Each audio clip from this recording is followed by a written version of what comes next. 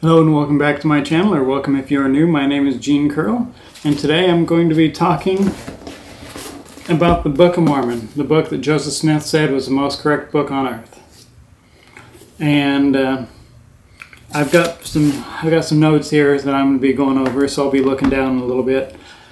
But with that said, let's start off here. So, it is claimed to be the most correct book on earth. And if it was the most correct book on earth, there wouldn't be any changes. But I have three versions of the Book of Mormon here. I have the original printing of the Book of Mormon. I have a 1981 printing and a 2013 printing. And there are huge changes between this one and this one. But there are also changes between the 1981 and the 2013 version. And these aren't just punctuation changes. These are word changes, or words added, words taken away, words changed altogether. And if it was the most correct book on earth, there wouldn't have needed to be these changes. Also, if it was the most correct book on earth, there wouldn't be any errors in the Book of Mormon, and there are a lot of errors in the Book of Mormon. One of my first issues with the Book of Mormon is in the front cover. It says that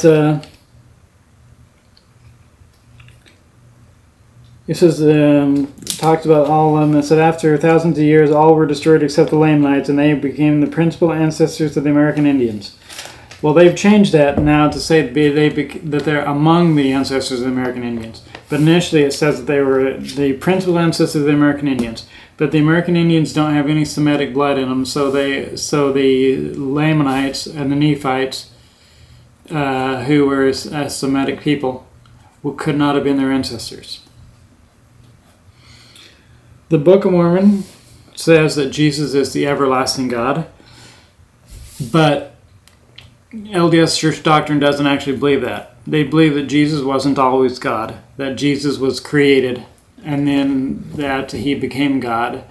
And they don't even believe that God the Father was always God. They believe that God the Father was once a man who, through his righteousness, became God.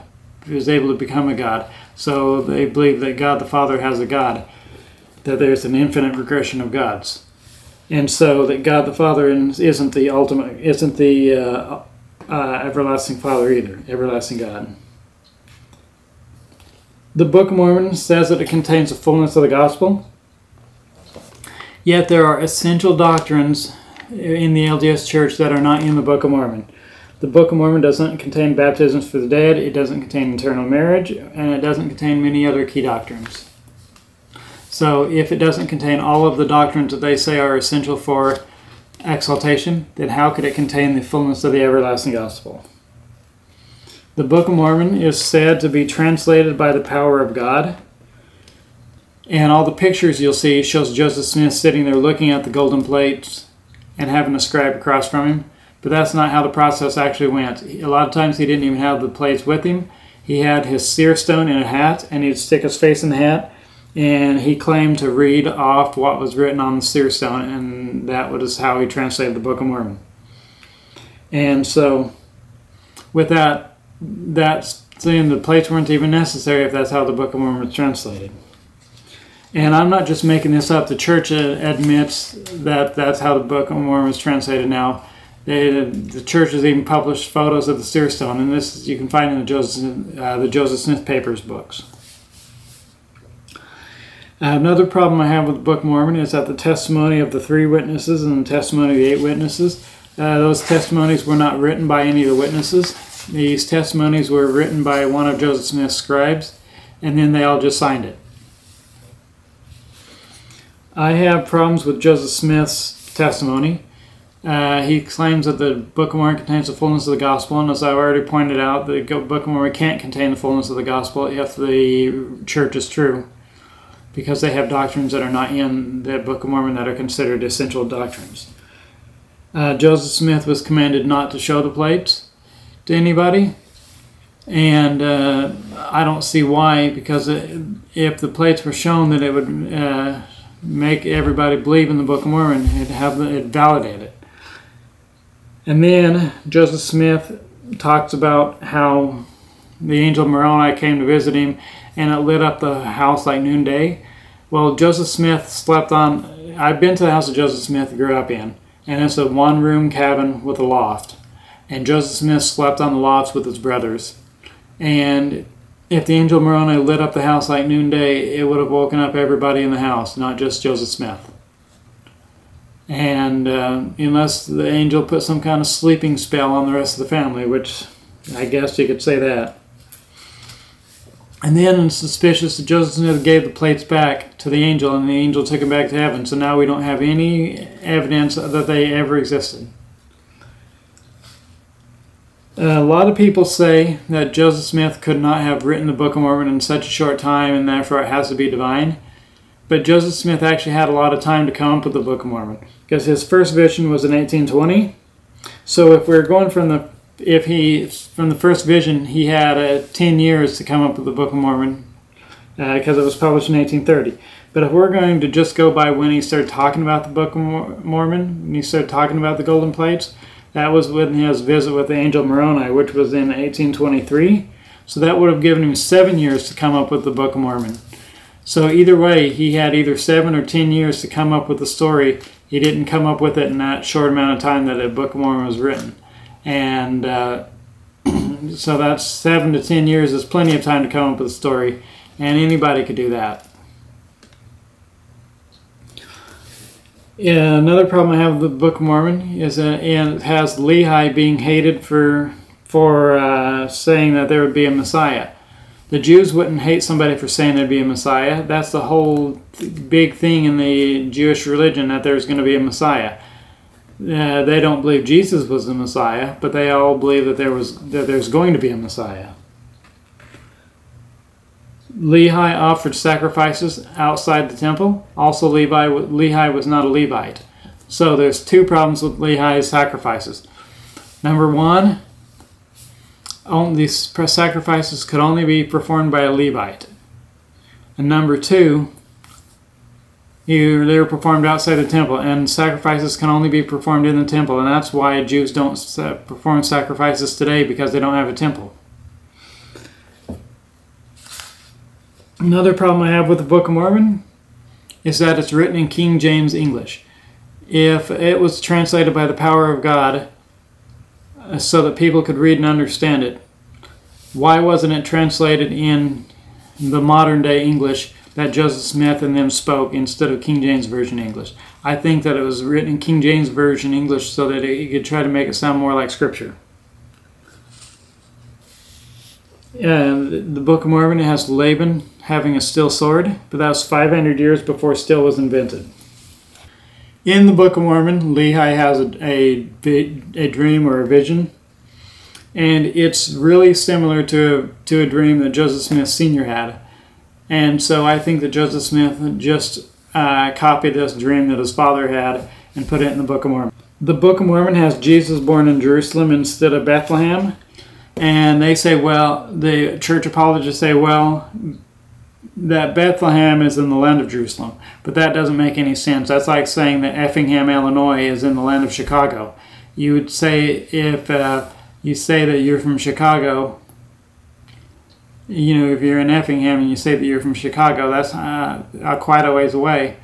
And that wouldn't make any sense. Nobody in Bethlehem is going to say that that's the land of Jerusalem. So, the Book of Mormon is just flat wrong on where Jesus was born. The Book of Mormon has the Lamanites said that they were cursed with a dark skin. They said they were cursed with a skin of blackness because of their wickedness. And that's in 2 Nephi chapter 5. And so that is a pretty racist outlook on things, saying that their dark skin was because they were wicked. Another problem I have with the Book of Mormon is that we don't have any original manuscripts or any original documents or anything that we don't have the gold plates. We don't have any of the plates that the gold plates were based on. The Bible, while we might not have any original manuscripts of the Bible, we have thousands and thousands of manuscripts of the Bible. So we have a pretty good idea what the original said. But the Book of Mormon, we don't have any manuscripts at all. All we have is the Book of Mormon itself. We don't have any manuscripts or anything. Another problem I have with the Book of Mormon is that it says that the Bible will be corrupted and that a lot of plain and precious truths will be taken out of the Bible. But Bible scholars all agree that we have a really good idea of what the Bible originally said, and that the Bible is pretty accurate. Whether or not you believe the Bible is true is one thing, but it's pretty accurate as far as saying what it originally said. The Book of Mormon also has them, when they were in the wilderness, once they came to the Americas, it had them eating raw meat, and it said they were following the law of Moses. Well, raw meat is against the law of Moses, so if they were following the law of Moses, they would never have eaten raw meat.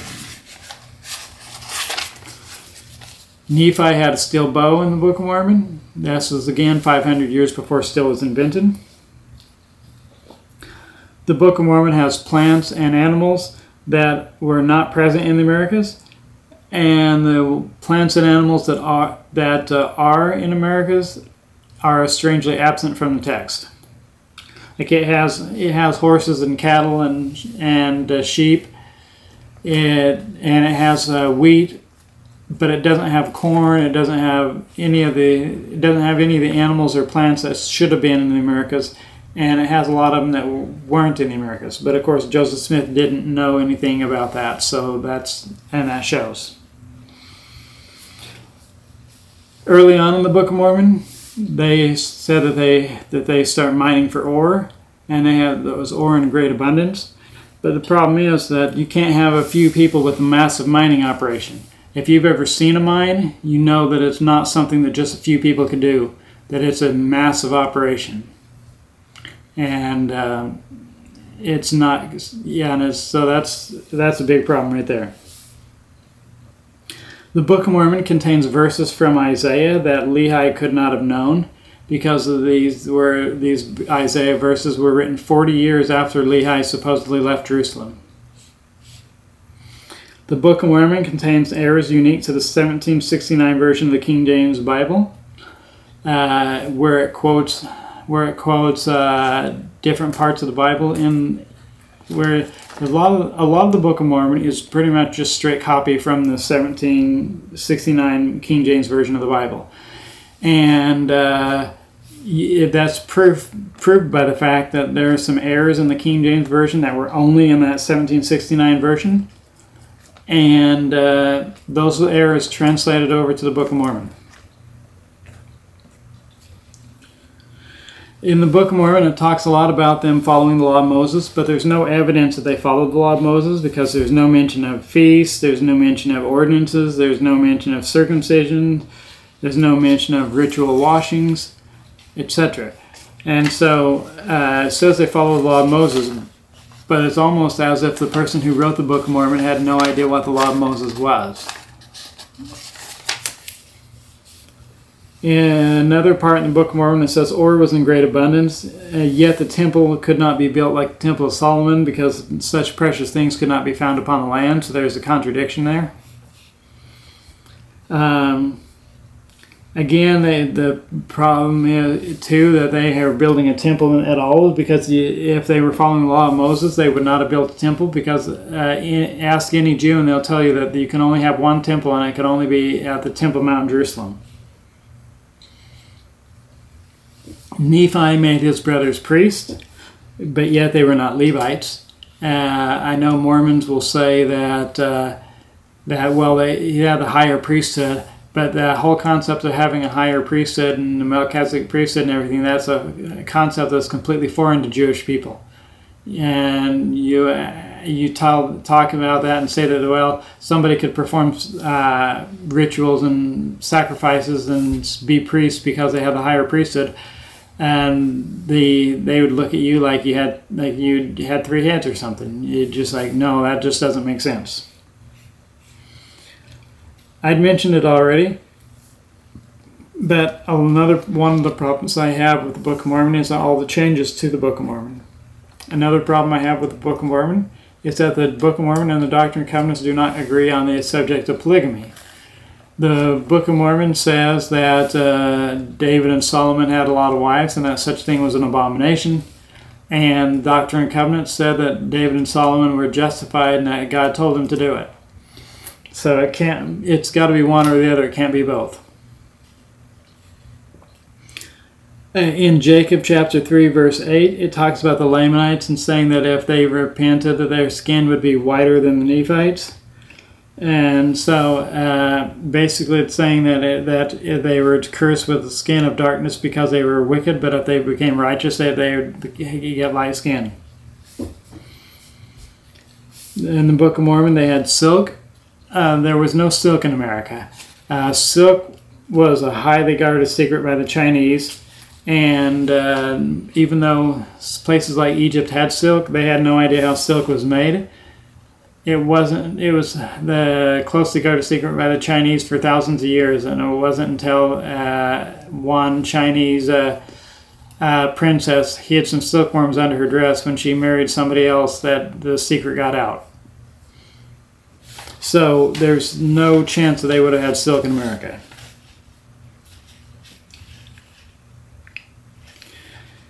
The Book of Mormon talks a lot about them having steel weapons and coins and all this kind of stuff, but there's no evidence of any kind of smelting in the Americas. And even if the steel stuff melted away or rusted away, there would still be evidence of the smelting. There's huge wars in the Book of Mormon where millions of people died, but there is no evidence of any wars. They had huge cities. There's no evidence of these cities. Some apologists of the Book of Mormon might say, well, that a lot of these cities were covered with earthquakes and stuff when Jesus died. But if you keep on reading the Book of Mormon, that the cities were rebuilt. And so they had major cities that we are finding no evidence of whatsoever. These people who were supposed to be in the Book of Mormon were supposed to be following the law of Moses, but yet they acted like the law of Moses had already been fulfilled, which no Jew would have done. Another problem I have with the Book of Mormon is that people here in the Americas were given specialized knowledge about Jesus that the people in the Holy Land weren't given. Even the great prophets, like Isaiah, for instance, wasn't given all this great knowledge, but the Nephites were given knowledge like who the Messiah would be, his name, all this kind of stuff, where he'd be born, all this crazy amount of knowledge that the prophets in Jerusalem weren't given. And that just doesn't make sense. The Book of Mormon has horses and chariots. Horses weren't in the New Land, horses weren't in the Americas until the Spanish came over, and there's no evidence that the wheel was used before people from the New World came over. Also, even though the Church believes that the Father, Son, and the Holy Ghost are three separate bodies, the Book of Mormon teaches the Trinity. And you can find that in Alma 11, 28 through 31, Mosiah 15, 1 through 4, Mosiah 16, 15, Ether 3, 14 through 15. And so the Book of Mormon teaches the Trinity, but the Church doesn't believe in the Trinity. So the Book of Mormon is actually against the Church doctrine. You won't find very much Mormonism in the Book of Mormon. There are a lot of other reasons to not believe in the Book of Mormon, but those are some of my reasons that I have for not believing in the Book of Mormon. Like I say, I have a lot more reasons, but those are the ones that I could come up with just sitting down and writing them down off the top of my head. So if you have any questions or comments, don't hesitate to put them down below, and I will do my best to answer your comments. And if you know anybody that would benefit from this video, please share it with them. Again, thanks for watching this video, and I will catch you in the next video.